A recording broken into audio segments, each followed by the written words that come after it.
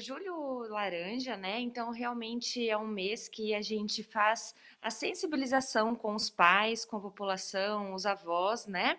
Para os cuidados com as crianças, né? Então, crianças, adolescentes, pré-adolescentes, principalmente na parte ortodôntica, para a gente conseguir fazer realmente uma prevenção da maloclusão, fazendo a correção da mordida da criança enquanto ainda é tempo, né? Então, assim, a gente tem uma idade ideal para tratar a maloclusão, né? Que seria mais ou menos em torno de 5 a 15 anos, né?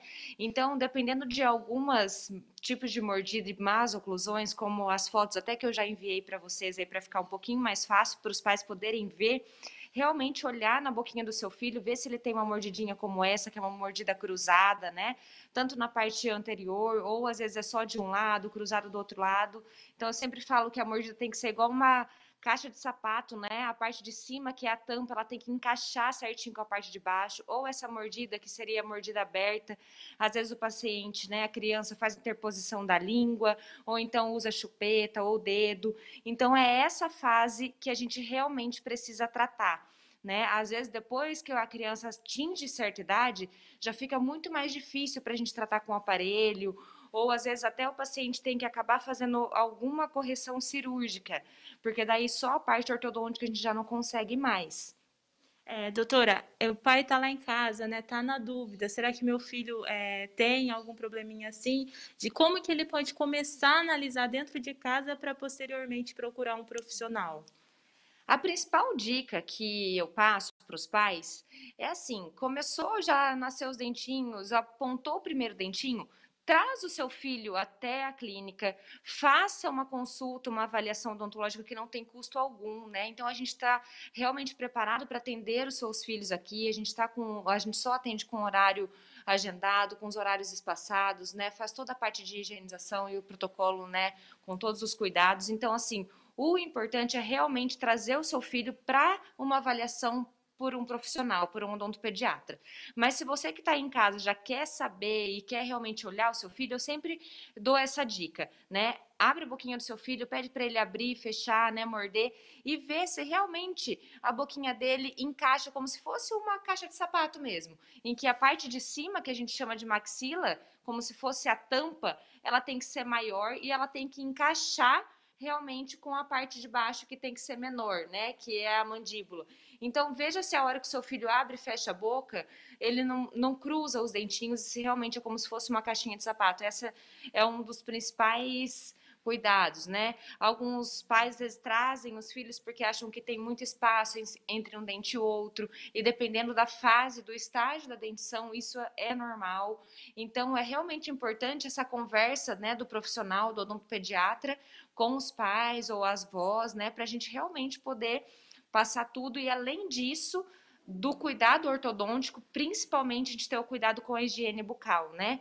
Então a gente ensina a técnica de escovação, a gente ensina como tem que ser feita a higienização em casa, né? A gente vê se realmente o paciente não tem nenhum probleminha na gengiva, não tem nenhuma cárie, tá? Então, assim, a avaliação é realmente muito importante. Muito obrigada, doutora. Eu Me agradeço a sua escuta? presença aqui. Oi, Jerônimo, escuto sim, claro. Eu tenho uma curiosidade e eu gostaria de falar com a doutora, aproveitando a profissional aí, é sobre a questão assim, aquele medo do motorzinho. Como que a criança chega lá e para tirar esse trauma, essa questão da primeira abordagem? Porque se cria uma questão que, ó, papai e mamãe vai levar você lá no dentista.